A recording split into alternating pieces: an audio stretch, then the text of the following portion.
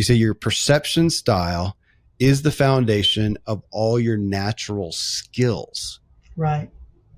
That's unique. I want you to unpack that for me. Sure. So what the concept is here is that because of how you see the world, there are going to be things that come naturally to you because it's congruent with how you see the world and how you make meaning. And because of that, now, none of us are born being able to do skills, so every skill takes learning, right? But the thing is, if the skill is aligned with how you see the world, then it's going to be easier for you to learn it in the first place. It's going to continue to grow. The more you use it, the richer and deeper and better it gets. And it's going to become part of the total repertoire of who you are. Welcome to Self-Helpful. I'm your guide, Kevin Miller, and I curate the sea of new personal development messages to bring the most influential leaders onto this show.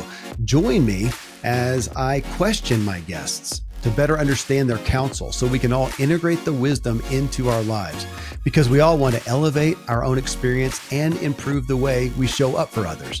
The Self-Helpful podcast is presented by Ziglar, your premier source for equipping coaches. Visit Ziglar.com.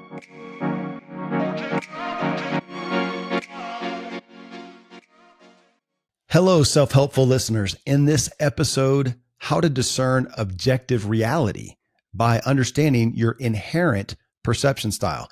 So there you are in a situation with some other people. Something happens, people react and respond differently. Later in the retelling of what happened, you hear someone telling a story that's incredibly off base. Someone else chimes in with, that's not what happened, this is. And you find yourself wanting to tell what really happened. And you're exasperated at everyone else's misinterpretation of what actually went down. The issue at hand is we think what we experience is what really happened. That is fact. And guess what? That's how everyone else feels as well. If you're solving a crime, you need to get down to what really happened and prove it. In regular life, however, you're never going to prove anything, seldom at least, and it doesn't often matter. Things happen and we all have an inherent perspective style. We filter everything through that. This is how we experience the world. And it's not fact. It is just that. It's an experience. My guest, an expert on this subject, is Lynda-Ross Vega. Lynda-Ross spent her life in the high-end business world and partnered with clinical psychologist Gary Jordan to research and create the perception style theory to help individuals identify their strengths, appreciate human differences, and navigate challenges. So when their book, Unlock the Power of Your Perception, came across my desk, I knew I wanted to discuss it here on the show. I mean, we all, again, naturally believe our perception of the world and events is fact, when in truth, nobody can claim fact. And if you want healthy relationships, you're going to want to hear what Lynda-Ross and I cover in this show. Friends, you can also watch the full episode if you'd rather on YouTube. Just search for Self-Helpful with Kevin Miller. Lynda, as they always talk about, people judge a book by its cover, and literally the title of your book, you guys had me. I was ready. I talk, and my listeners know that so often we come up to this aspect of the stories that we tell ourselves, how we craft meaning around things. And, but at the core is objective reality. There's often an objective reality. And then from that point on, we're making up a story about it. You're giving a different, perspective on it by saying, no, we have an inherent perspective, and that's new. That's why you guys wrote a book, right? But that aspect. But start off by speaking just on objective reality, because I still feel like we all know the term, but I think we as a culture, we don't really embrace that. The objective reality is a kind of it's the catalyst, but from that point on, we leave fact and reality. And I think we all think we live in reality, and we don't. Tell us about it. Well, it's interesting you bring it up because I think the thing that some would tell you is that there's no such thing as objective reality because the minute you have participated in it, you've now made it subjective. So it's now what you think, right? So if we think about objective reality for us, the way we define it is it's the reality, the total universe, right? Reality, and the truth of the matter is that we only have access to a small portion of that. So the minute we're interacting in reality, we're bringing our perspective to it, right? Yeah. So if objective reality is a giant whole, we say that there's 6 ways of perceiving the world around you, then you would have access to 1/6 of that. So other people are going to see other things. And I think the classic example of objective versus subjective reality is the basic premise for just about every TV crime show, right? There's some incident and there are X number of people who witness it and they all see something different. They see one person pays attention to what the person was wearing. Another one thinks that they were tall with dark hair. Another one says, no, I think they were stockier, but they were running to the left. It's what's important to us is what we pick up on. And so the real story is the combination of what they all saw, right? But they each saw only one piece. Well, thank you. And it's a psychology. Well, not even that. I guess that's the belief system is what I continue to come to because inherently, so I'll own this. Inherently, I see what happens, this objective reality thing that happens. Right. I see it, I perceive of it, and I think that is fact. And that's what's so, as I read your message and I've continued to dig into this, it's so daunting to realize that it's not fact. And when you bring it out, it feels invalidating almost, as if we come out and say, okay, look, like that, the objective reality happens. And then 10 people saw this thing happen and everybody made up a story about it. Well, don't tell me that. I don't want to, it's true, but it feels invalidating, doesn't it? I guess it does to a certain extent the way you just said it. I like to think it's like, it's a fact, but it's your fact. And I also have a fact. And together, we build a bigger picture of it. But it's not invalidating. You see what you see. It's real for you. It may just not be the same for me. And I think that that's the biggest thing about understanding human difference is that what I see is perfectly good for me. I mean, it fits. It's right. It's right for me, but it may not be right for you. And so it's important to understand then, well, what did you see that I saw differently? Together, we'll figure it out. Well, okay, let's play with a real analogy. And I'm going to use one. I'm not going to get too in depth in gravity. I'll use a lighter weight one here. So I live out in the woods. Right. And we generally once or twice a year, a bear will walk in. So we had that happen. Jeez. We had that happen. Probably 2 months ago, 2 decent sized bears, wow, just saunter through. One of my kids saw it and they saunter through. Well, I'm excited. When the bear comes on, I'm excited. We're going to see it. Like, let's take a picture. And I know that if you look in Colorado, look in the Rocky Mountains, I mean, the amount of bear encounters are almost nil. I mean, it just rarely ever happens with a human. Now they may get into your trash. Right. Or do something. And I've even had times of outrunning. I did the consummate thing of running between a mom and 2 cubs. Wow. And mom did nothing. And, I was told later, okay, we hear the stories about grizzly bears, up in the north. Right. Black bears, they're not as territorial. They're not to minimize. Okay. But you can hear me. I've got all these stories going on. And then in a minute, I want to get into my inherent perspective, but I've got those. So I'm excited. It's nothing but joy and inspiration. And I'm like out on the deck and going, kids, come on. Now, meanwhile, as you can imagine, my wife does not feel quite the same way. She has a very different perspective. And she's like, lock the doors, get a gun. Let's protect the kids. And the last thing she wants is me to invite all the kids out. Well, there you go. Right there. I'm excited. I don't want her to rain on my parade. And she has concern and she doesn't want me to minimize that.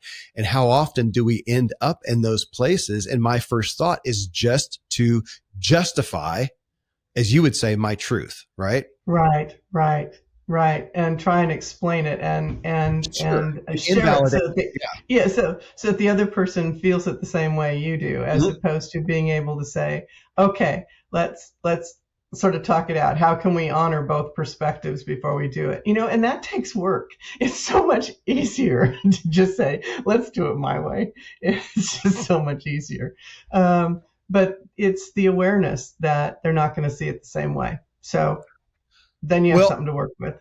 okay. So this is where, this is why I have you on the show, though, because what we just talked about is not the first time I've talked about that, but I have tended to consider my viewpoint based on maybe somewhat of my personality style. If I'm an optimistic person and I'm positive, I'm going to think the best about the Bears, or whatnot. Right, right. Or I think that it's primarily because of my knowledge, maybe that I know about bear attacks and whatnot, or that I feel confident in my own ability to protect my kids or something like that. Or Right. I have been influenced by somebody else, as opposed to, or not including, though, you saying, I also have an inherent perspective style. That is new Certainly. to me. Yeah, that is new to me. And before I even dig into the styles, I wanted to ask you to differentiate, because you do, inherent from inherited.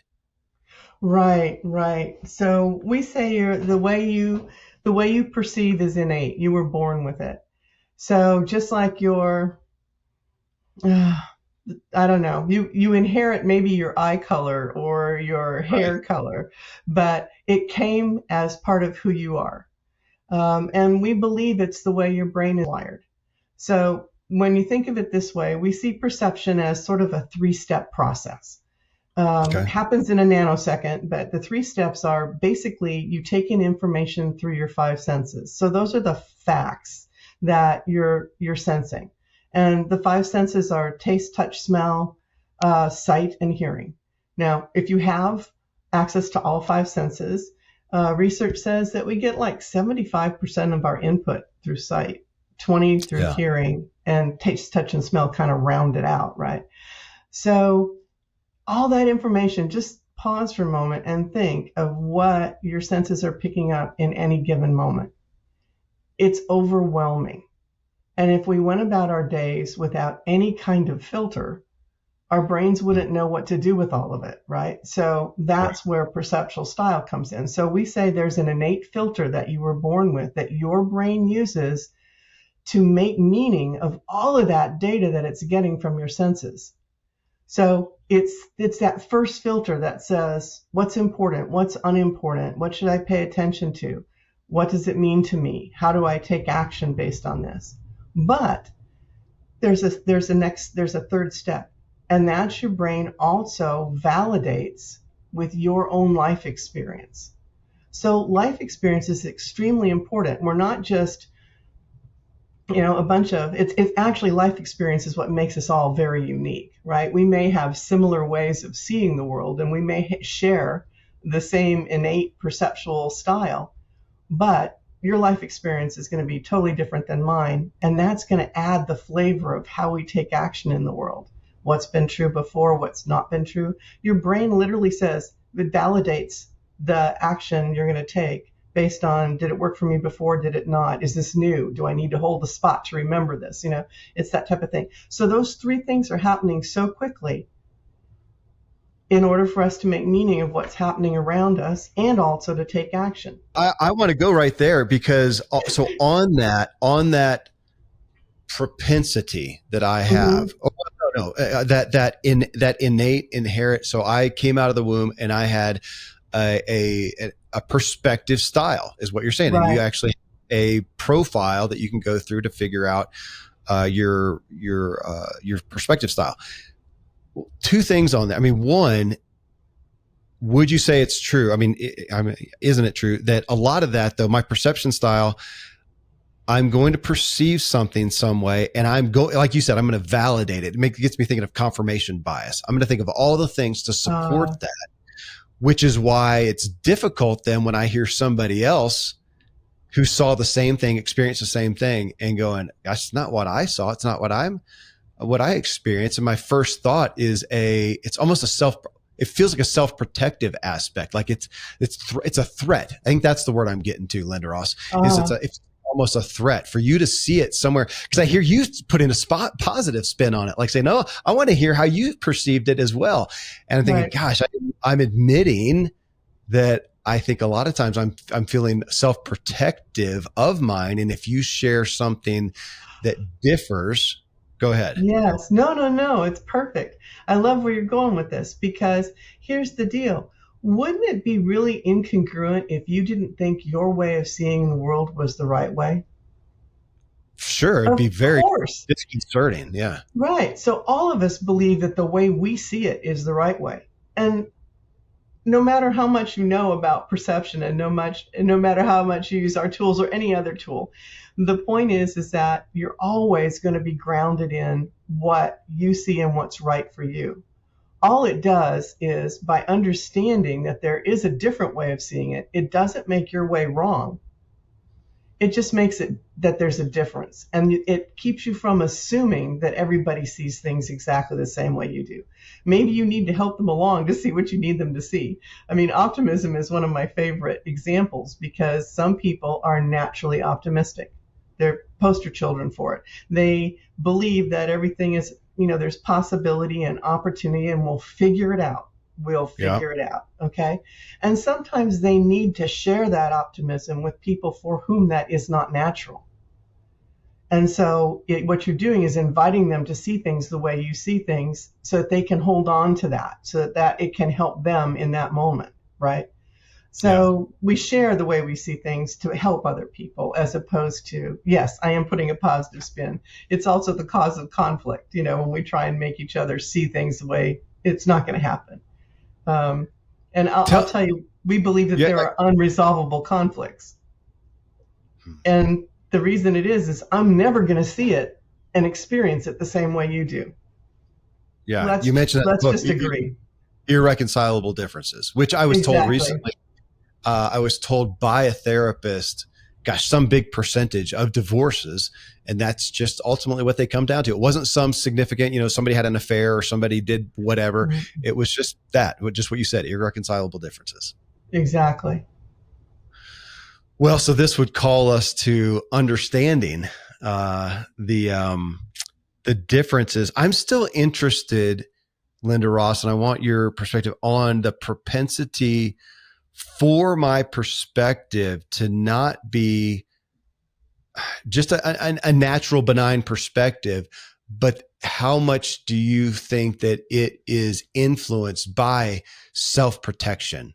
I mean, I'm looking at that, psychology wide, that we so often tend, our psyche is so inherently built on self-protection. Somewhat. We just did a show with a palliative care doctor, and he talked about when he gives that end of life diagnosis and says, here's a finite time. You've got a year to live or 6 months. How we leave, he sees people leave this self-protective nature, and they kind of open themselves up in a way they never have. And of course, his call is to say, okay, how about let's try to do that earlier before we get the end of life diagnosis, to realize we're living from self-protection. So when now we're talking about perception and perception style, I'm curious about how much of my perspective is biased unconsciously because I'm just built to self-protect, to protect myself. What do you think? I think I'm actually giving it some serious thought here. I think it's an interesting perspective on it. My initial reaction is, yes, we all do. Ego is important, right? And understanding your ego and having access to and awareness of and control of your ego is very important. But I would say whenever human beings are faced with something new or something challenging, the first thing is to look to self. And it's whether or not that look, you can feel open enough and strong enough in what you know to be true for you to be willing to hear something else.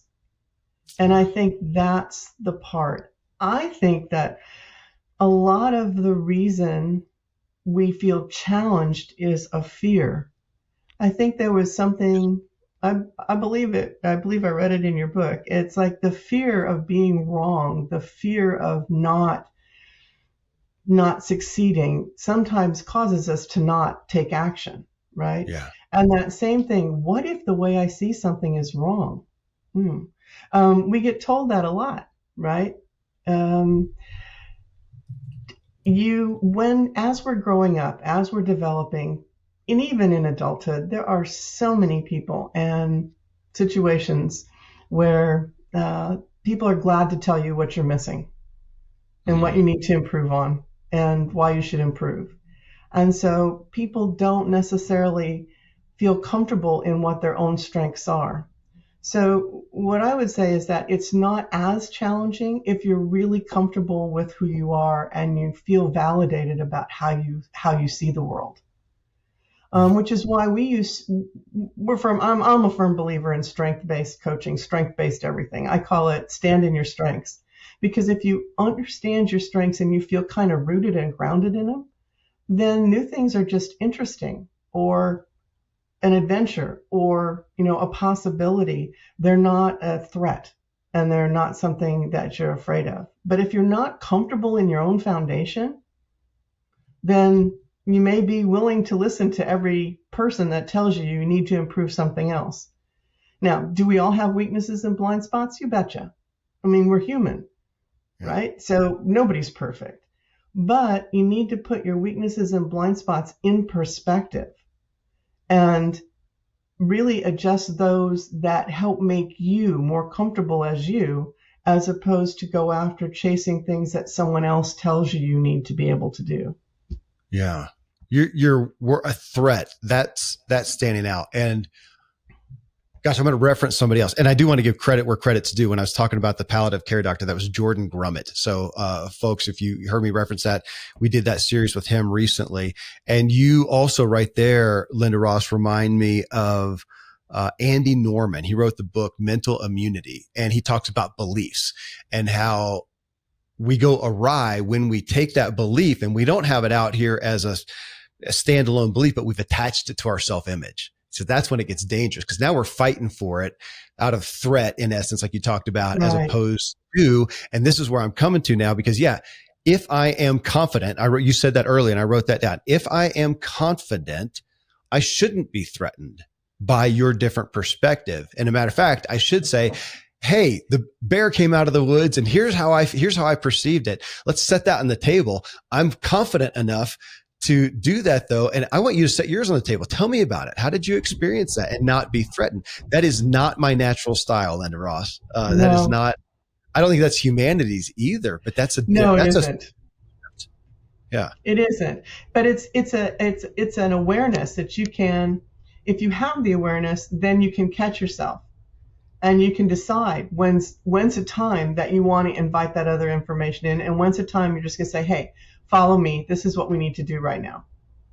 Trust me, this is going to happen. So, I mean, we're not all going to walk around saying, how do you feel today? And what's your perspective? But in different situations, you can take that breath and go, different perspective. The way I use it in my own life a lot, the way it helps me is I'll be doing something. Let me just use my husband as an example. We're different styles, obviously. And he'll do something that sort of pushes one of my buttons. And then I just will think to myself, wait a second. Let me just step back for a moment. I was focusing down this trail and he's got a different idea. Let me find out what it is. And it just keeps me from, blindly pushing my way through a particular argument. There's also, so it's a helpful tool that way. Like, okay, let me just stand back for a second and hear what there is to hear. Will it change my mind? Maybe not. Yeah. Well, but it may, even if it doesn't change your mind, even if it's still an understanding. I mean, from a relational standpoint, it's still so an understanding. Yeah. And my gosh, we're in a culture right now that is so polarized. We take any it's some of it's hard to even say there was an objective reality that ever exists, but let's say that there was, and all we do is polarize, and we don't even hear from the people in the trenches. We often hear from the paid gunslingers to just argue that side, and there's no consideration. And with social media, I feel like, we're headed the other direction from what you're talking about here. And it's significant. I also, and I want to get into the specific perspective styles. I'm also interested, as you're talking about right now. I mean, we have, the objective reality happens. Let's say we have our perspectives. What's your experience with those perspectives changing over time as well? Because the perspective that I had might have told the story about this event is going to change 5 years from now. It's going to change 10 years from now. That's really interesting to me as well, that our perspective, because we change. And so it may not even just be a memory issue. It may be literally, no, now I perceive it different because I have different information. I've evolved, hopefully I've matured, or maybe I'm not, maybe I've devolved in whatever, but either way, that our perspectives can change in and of ourselves over time. What are your thoughts? Well, we believe that your perception, how you perceive, doesn't change. It stays with you for life. You were born with it. The style. But your understanding of it and the depth of which you use it changes over time because it's enriched by your life experience. It's enriched by understanding it. The more you understand and are aware of how you perceive, the more you can use it in your everyday life. Okay, so it grows. So does your life change? Yes. I am a totally different person than I was when I was 20. But I will tell you that the fundamental ways I make meaning of the world around me are still the same. I'm still a dyed-in-the-wool optimist, always have been. I mean, it permeates what I do. Now, have my life lessons made me wiser? Oh, yes. Have I done some really, silly things, as we all have? Yes. But the point is that the fundamental way I approach life hasn't changed.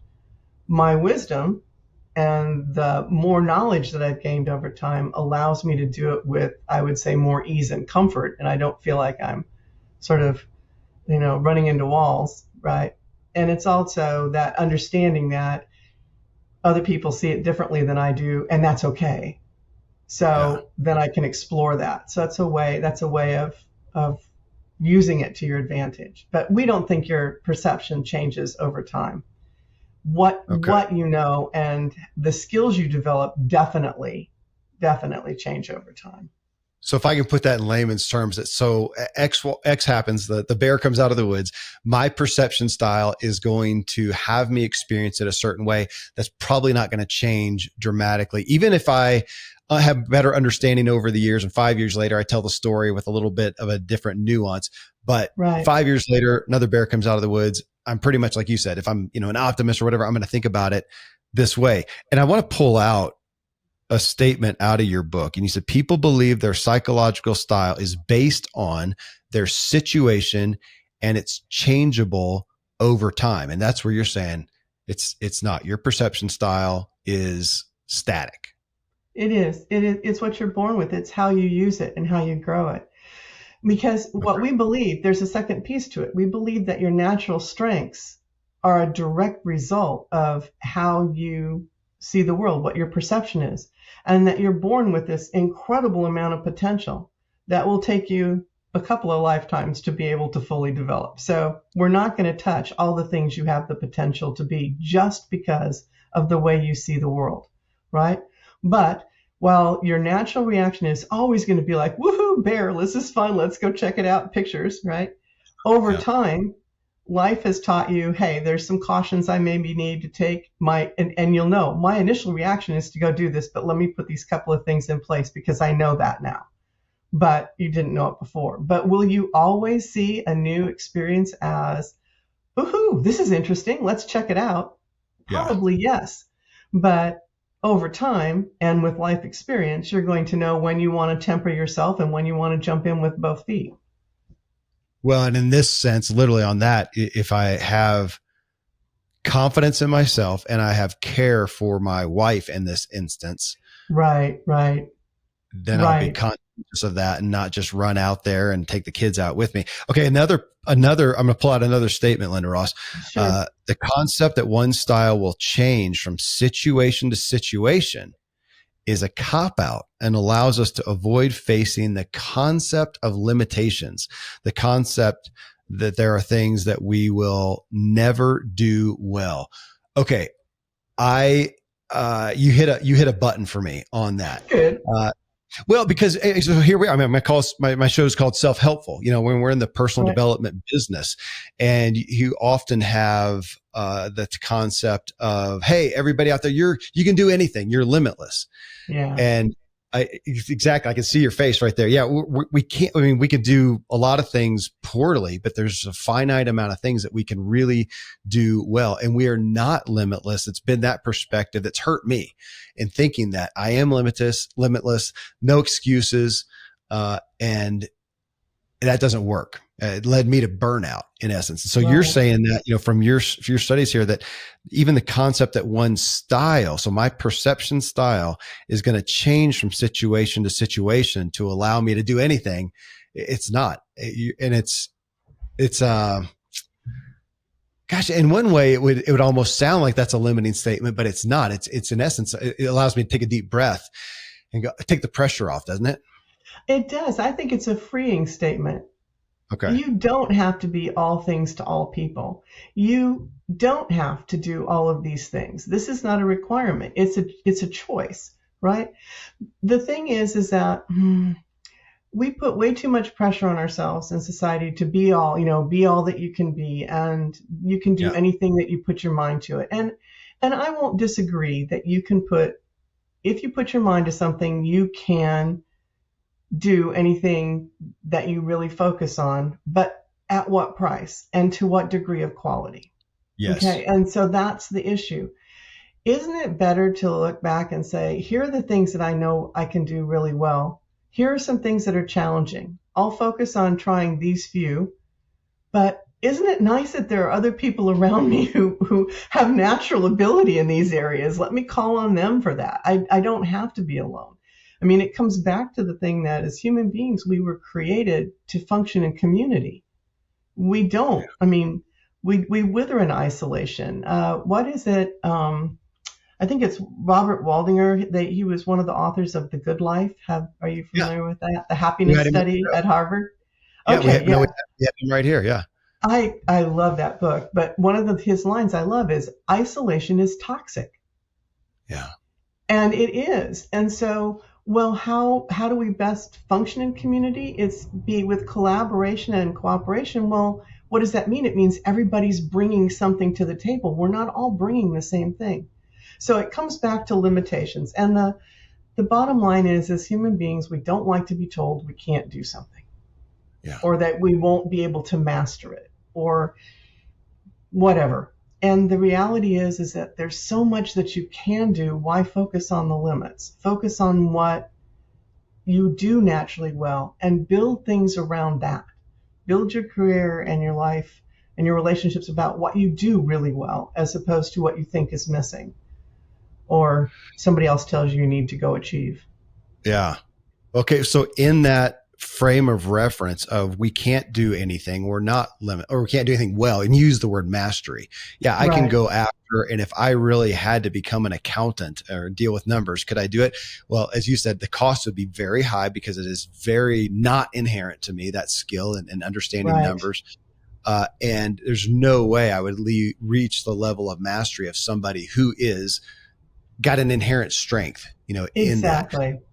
So to take that then and to say my actual perceptions of life are, can I use the word hardwired? I mean, inherent. They're hardwired into me. They're hardwired. Mm-hmm. They're not going to change. That should dictate that should dictate my understanding, of what I am going to be comfortable with, what I can have mastery in, what I am going to be inspired by, what I'm going to be depressed by, if I know my style. Which, to get to those, you have 6 styles that you pull out Right. and say, these are, again, I'm going to use the word, just because we use it here on the show a lot, of hardwired. You say inherent, but Right. of hardwired. These are hardwired styles of, these are your perspective styles. I'm so interested. I haven't done this yet, Lynda-Ross. I want to do it with my family. I want to do it with some of Oh, my how friends. fun. Yeah, just to understand, okay, gosh, when something happens, no wonder so-and-so responds that way or reacts that way or has fear or has joy, because they are naturally going to experience X this type of way. And I'll list them out real quick. It's the types that you have in there are activity, adjustments, flow, goals, methods, and vision. I don't normally get this granular in a topic like this, but because it's just so new, I want to hear it personally. I mean, I've got the book. I've got the books on the shelf behind me. I'm reading it. Thank you very much. Yes. But would you give me a snapshot of each, like whatever the quickest, definition that you could give or understanding of those perspective styles? Is that fair? Can we do that? Yes, we can, real quickly. So we'll do alphabetically because it's always easier. So activity. Yeah, I'm going to pull the book down and follow along. So activity, Okay. you have okay. All right. So activity. Activity. These are the people who make meaning in life through experience. They know that to understand something, they need to be fully engaged in it. Okay. So they're very experiential, and they're the people who will talk to strangers in a line, etc., because they're experiencing life. They tell lots of stories because they're sharing their experience, and they want to share it in a way that you can experience it too. So very experiential. Our adjustments folks make meaning through life through observation. I want to ask you a question real quick before we go to the next one. That was on activity, because it was so interesting. And you just said that they do stories, and they get, I think maybe you use the word detailed or something like that. So just in reading that, I'm looking at it, just trying to get a quick glance at myself. I'm thinking, nope, that's not me, man. I am not a storyteller. I think you even say, is that the one? Actually, it may not. Oh yeah, you do. And it can be anecdotal, and give examples. And that is not me. I've consistently, will explain something, and somebody will say to me like, oh, you didn't tell me any of the story. You just went from A to Z.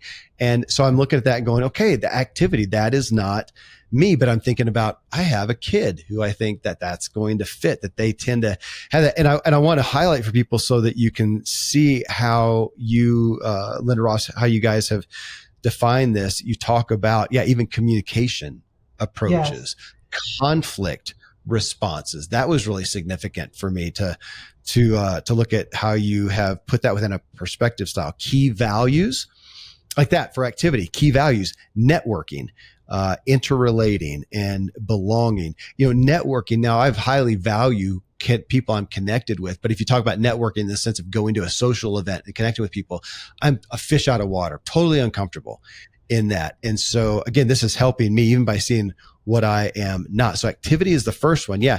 And the second one, adjustments, which even the title is interesting to me. So give us an idea of, okay, somebody who has an adjustments perception style is going to see the world in what way? They're very objective.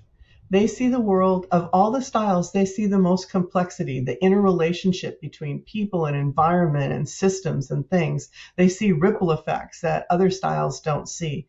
So they're great observers of the world, very logical. They are natural diplomats, very in tune to protocols, because they watch. And they usually have incredible depth of knowledge about the things that interest them, because they keep looking and looking. They're natural researchers. They're natural mediators, very fair.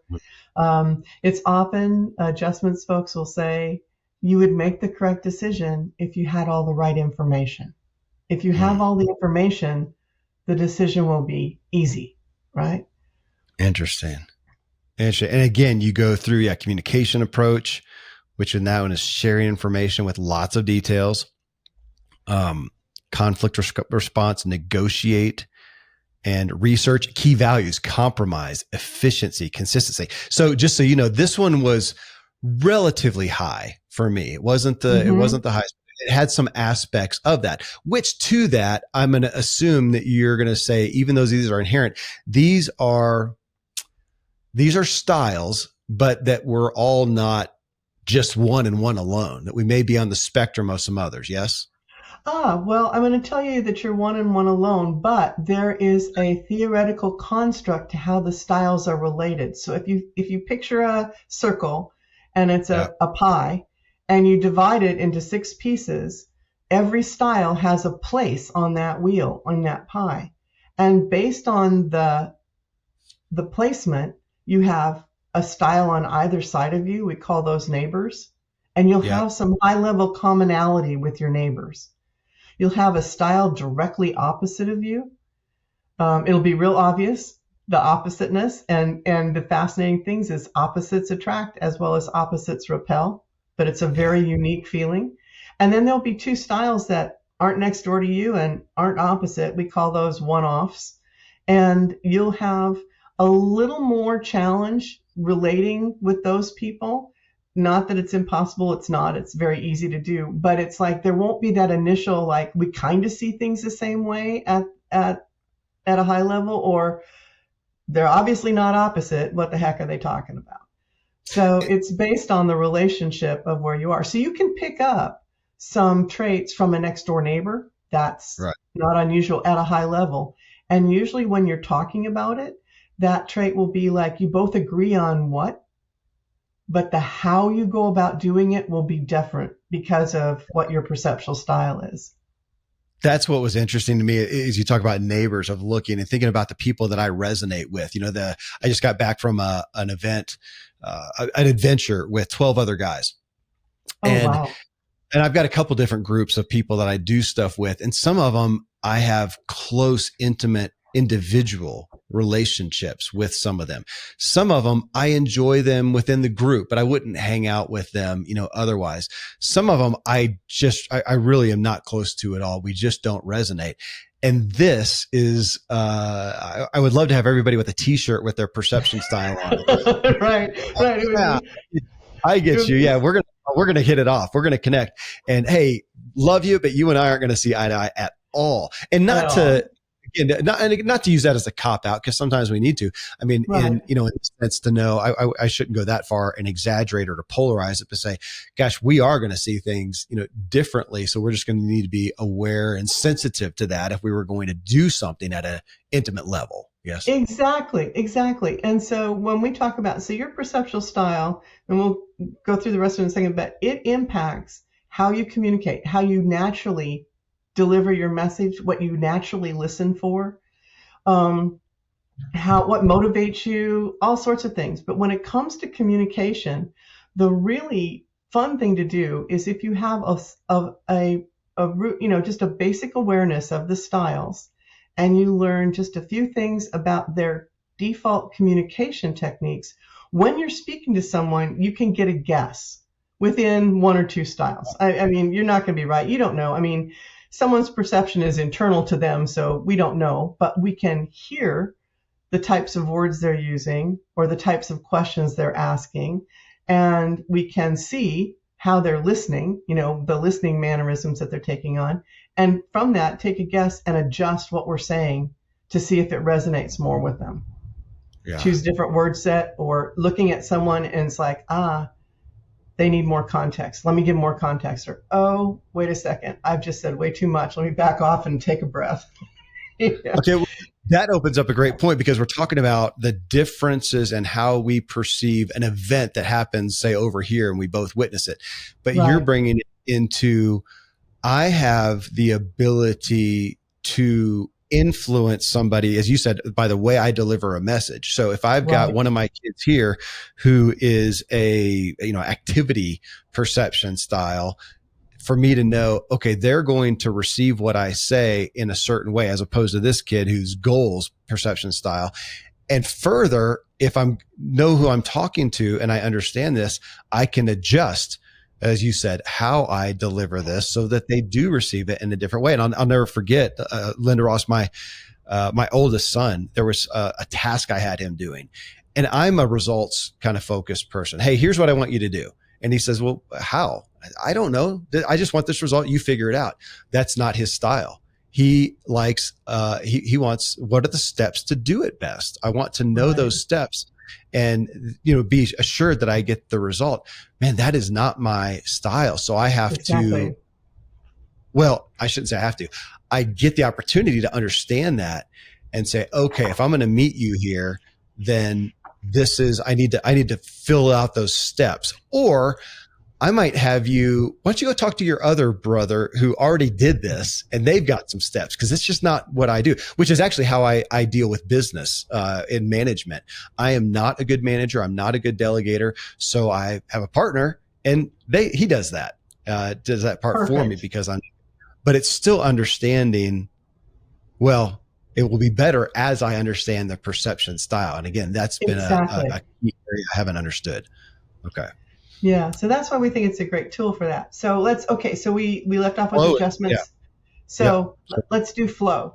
Okay. So flow people see the world as things are being interrelated with everything, depending on and supporting other things. They're very people oriented. So they really see the ripple effects and complexities in people and their feelings and community. These are the folks who naturally hold community together. They're like the glue because they are naturally empathetic. They are great listeners. They are people aware, and therefore they see ripple effects. They pick up on things that some of the rest of the styles will just naturally miss because they're not seeing it. And they tend to have a perspective that the world is in perfect working order. Now, it doesn't mean, I don't mean that literally, but that given time, we can work these things through. There's a way that we can make it happen. If we follow, honestly, the natural flow of things, we can make it there. They tend to be great advocates for people and environment because they see all of the interconnectivity and the relationships between them. So don't ever assume that flow people are soft. They are not. They can be. It's so interesting. I'm going to be tomorrow spending the day with a handful of these guys, and the one who is he's kind of the ringleader. He's the catalyst. He's the one who brought it. He's the common denominator for all of them. That's him. I'm going to bring the book, and as we drive tomorrow, that he is. I mean, that's him. He's flow. I mean, you go through the highlights. He creates community, instinctively advocates for shared values and objectives, conflict responses, harmonize, deceit, consensus. I mean, this is just him to a T. So how interesting. So we'll be talking about that on the drive tomorrow as well. So that's flow. All right. Next one is goals. Tell us about goals. So goals people see the world as obstacles and problems and challenges to be solved and resolved and met. Okay, there's no time like today to solve whatever problem we've got, right? So they're very quick to judge because they sort of see through things. They realize there are, the world's complex, but they think people make it overly complex, right? So let's simplify it.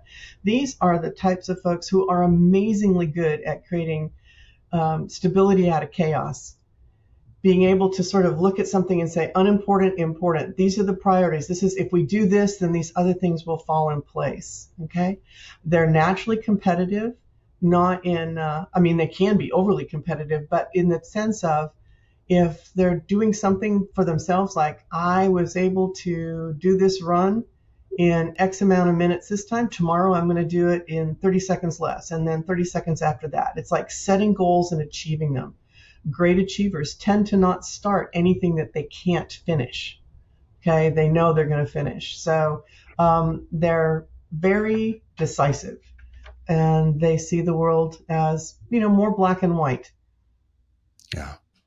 That one is well, and I'm going to give it away. I won't say anything yet. I'll wait till we finish, and then I'll talk about where I saw myself falling in these. Okay. So that's goal. So hopefully everybody heard that one. Next one is methods. This is number 5. This is the 5th one. Methods. So methods people see things as the world is rational. and everything is rational, and they see an objectivity. So they know that things are complex, but they know that they can break the most complex thing down into simple, repeatable, reliable steps to get things done. These are the folks who make lists and actually keep them. They're reusable. Okay, Hmm. they're incredibly good planners. They're natural bargainers. It's amazing because they have a sort of an intuitive knowledge of value. They make an Hmm. assessment of value. Great researchers. They deal with the facts.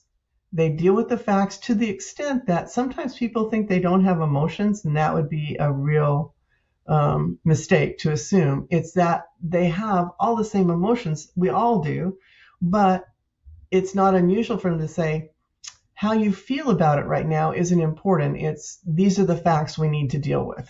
So how does how you feel about it fix the fact that we have a flat tire? It doesn't. So, what do we need to do? Okay. Yeah.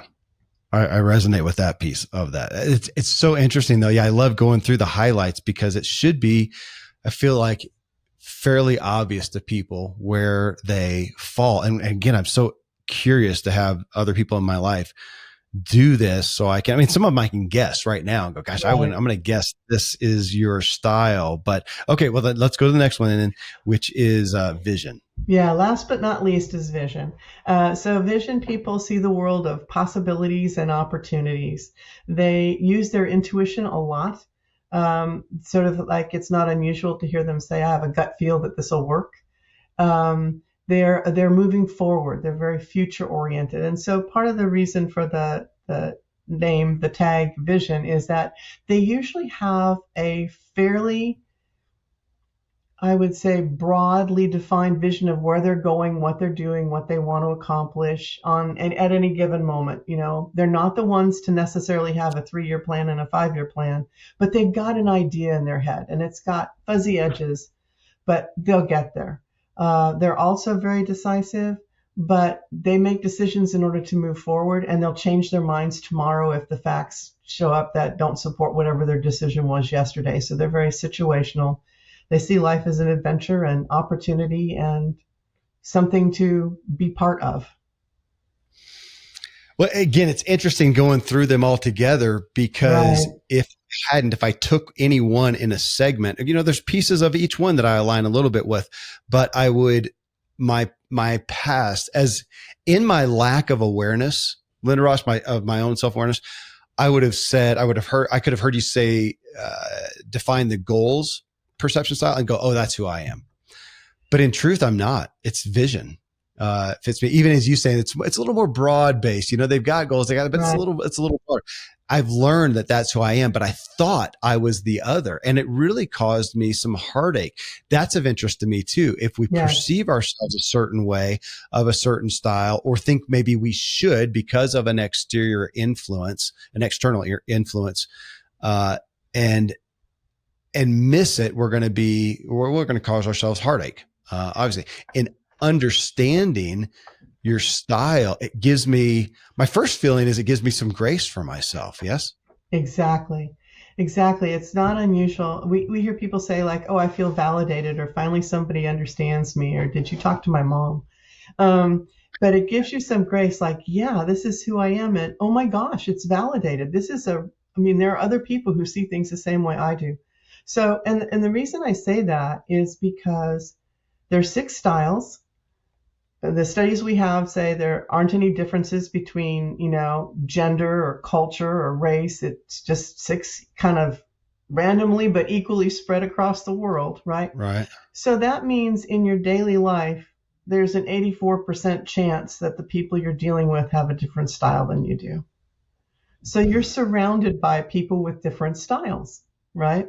And so it's very likely that your parents have a different style than you do. That, it's the point is that people who influence us in our lives don't necessarily see things the same way. They don't have the same style. So they may tell us a certain way of being or a certain way of doing is very important. And we don't understand until later that the objective of what they wanted us to do is something that's comfortable, but the how they wanted us to go about doing it didn't feel right, Yeah. you know?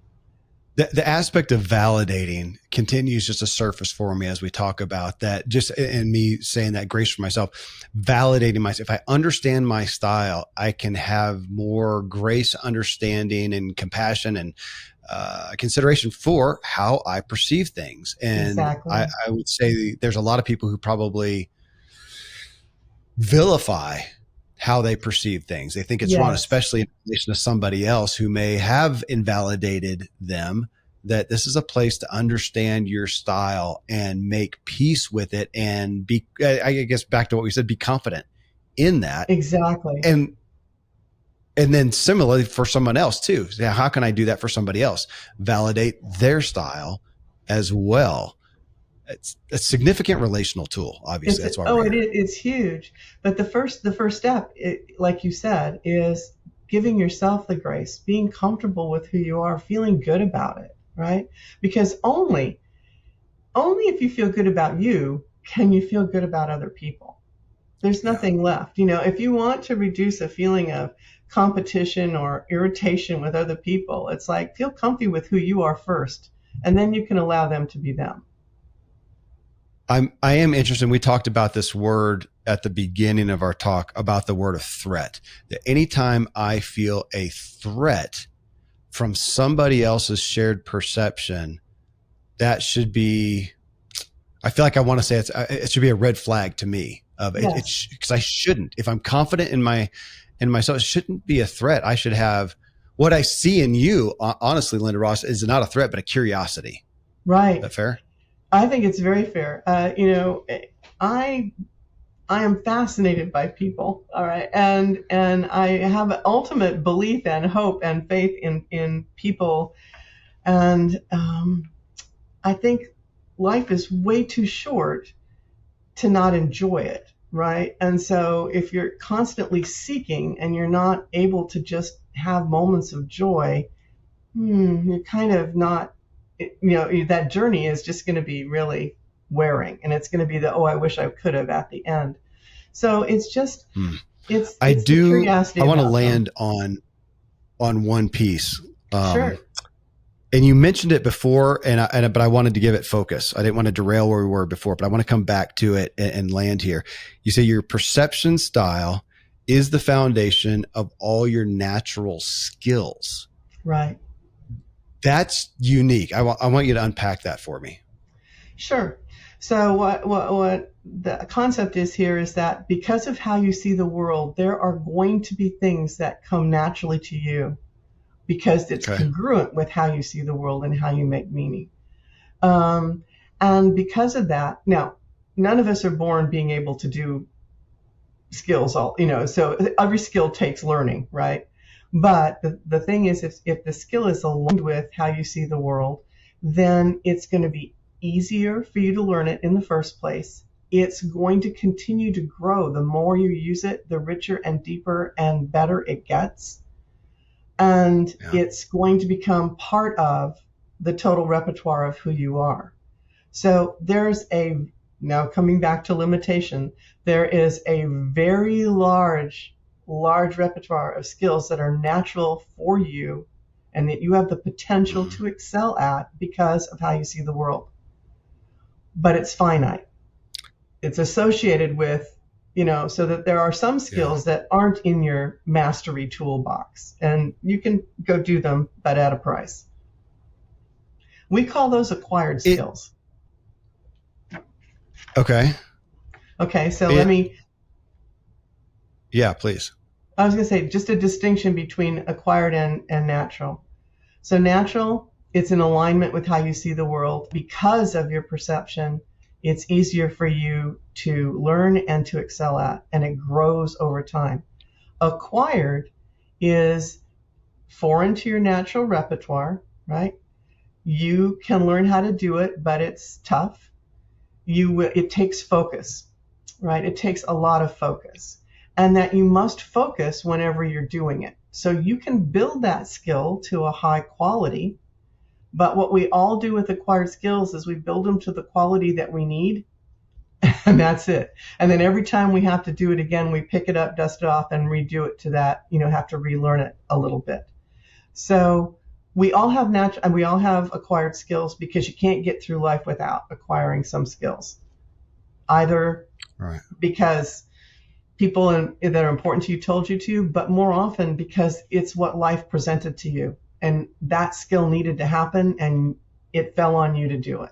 Okay. And we all can think of skills that we have that we go, yeah, I worked on that really hard. I learned how to do that. I did it reasonably well, and I'm glad I don't have to do it all day long. That's a good sign, Totally. So a natural skill, Yeah. with a natural skill, the joy is in the doing. And with an acquired skill, the joy is when you're done. Okay. What I find myself thinking of is not overlapping, I guess helping me understand. So we had Patrick Lencioni on the show last year. His latest book is called Working Genius, and you can take a profile there, and it is to help you to understand your style of, vocationally. So workinggenius.com, folks, people can go there. And my working genius is go back to the visionary thing. It's like to create something. It's one. He has it as wonder. I see something, I see an opportunity. Right. Blank sheet of paper, and let me create a structure. And that's how I perceive life. I see an issue. I see an opportunity. I have a vision for it, to go to your style, and I want to create a framework.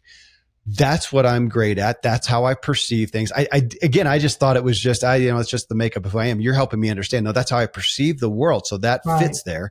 That's what I pursue. That's what I have gained mastery in. But then to also understand the, what it doesn't include. So to go back to some of your other styles, right? Because he talks about, wonder was my number one with the Working Genius. My least was tenacity, which was finishing. Right. I want to go after something. I've got a vision. Let's get us started. I'm brilliant at that. I get us started. I get us going. I am not a finisher. And I have looked at that. It's hard not to look at that negatively, right? And to give myself grief for that. But again, I can come back here and look at the person or at the perception styles and have better understanding for that. And what I'm learning now in my awareness is how to deal with that. So if we're going to go after X, Y, Z and do that, man, I can get us started. I need to partner with, delegate with something, I need to be aligned with somebody who's a finisher, who's on board and is a finisher. And yes. Okay. Yes, exactly. Well, Lynda-Ross, this is significant. Yeah, as you can see, I'm excited about it. That's why I wanted you on the show. It's opening up new understanding and awareness. I'm eager to use it for myself. I really am enamored with the concept of threat. When I hear a perception, somebody else's perception, to not be threatened, to welcome it I see you do that. Welcome it with curiosity. And what a gift that will be to validate my own perspective style, to validate somebody else's perspective style, but then to also, I love that. That's why I wanted to end on it, to understand how it relates to my natural skills. That's a connection point I just didn't see. And I'm excited about that. So I just thank you for coming on. I will be in the intro. I'll tell everybody about where they can go take the actual, test profile that you've created to understand theirs. Though getting the book and even reading through just the quick chapters on each style, I think will help everybody get a little more understanding of themselves and of others. So I'm grateful for the work you've done. And thank you so much for being here. Oh, thanks so much for having me. I really enjoyed it. Lynda-Ross Vega and Gary Jordan's book again is Unlock the Power of Your Perception. In the next episode, I'm going to be bringing on a special co-host to get their perception on perception styles. Friends, thank you for tuning into Self-Helpful, where I curate the sea of new personal development materials and help you integrate wisdom into your life, because we all want to elevate our own experience and improve the way we show up for others.